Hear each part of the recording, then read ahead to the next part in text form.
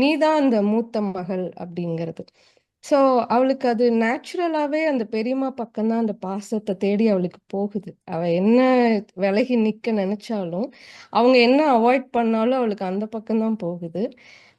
இறுதியா அவங்க அந்த பூஜையில அவள மகளா ஏத்துக்கிறது தான் நிமித்தம். அதுதான் நடக்கணும்னு இருந்திருக்கு. அத எல்லாரும் அதுக்கப்புறமா அது மூத்த பெண்ணு தான். மறுபிறவியா எப்படி வேணாலும் எடுத்துக்கலாம். ரெசரெக்டட்ன்னு எடுத்துக்கலாம். அப்படி வந்திருக்கா அப்படின்னு முடிக்கணும்னு நினைச்சேன். ரொம்ப அருமையா சொன்னீங்க. அந்த இடம் அவங்க சொன்ன மாதிரி சரஸ்வதி சொன்ன மாதிரி ரொம்ப சிறப்பா வந்திருந்தது.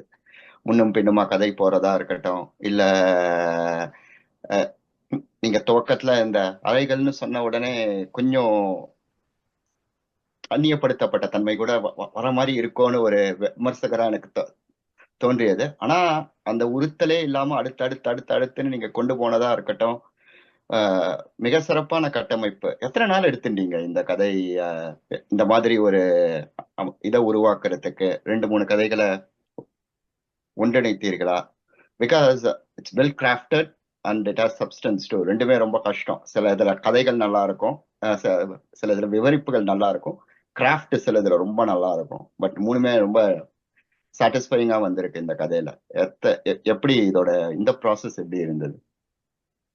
நன்றிங்க பாலா. நான் எதுவும் பெருசா பிளான்லாம் பண்ணி ஒரு கதை எழுத உட்கார்றதில்ல.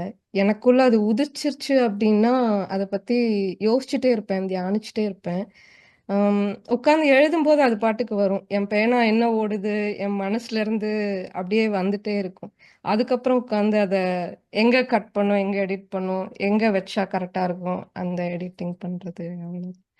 இதுல இன்னொன்னு என்னன்னா, இந்த கதைய படிச்ச என்னோட 3 தோழிகள் வந்து, அவங்க அப்பா ஞாபகம் வந்தது அப்படின்னு சொன்னாங்க. எனக்கு வாசகரா நான் பார்க்காத சில பேர்லாம் எனக்கு கால் பண்ணி, எனக்கு அப்பாவுடைய நினைவு வந்தது அப்படின்னு சொன்னாங்க. ஸோ, அதுதான் ஒரு எழுத்தாளரா அந்த கதைக்கு கிடைத்த ஒரு ஜஸ்டிஸ்ன்னு நான் நினைக்கிறேன். ஆக்சுவலா இத கேட்கணும்னு நெனச்சிருந்தேன். நீங்க சொல்லிட்டீங்க நீங்களே அதுக்கு. இது தேடிட்டேன். என் மனசுல இருக்கு.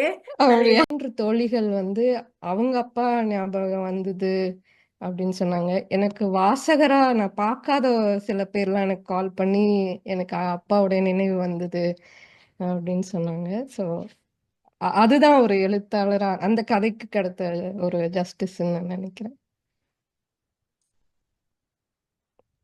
ஆக்சுவலா இத கேட்கணும்னு நெனச்சிருந்தேன். நீங்க சொல்லிட்டீங்க நீங்களே அதுக்கு. இது தேடிட்டேன். என் மனசுல இருக்கு. அப்படியா?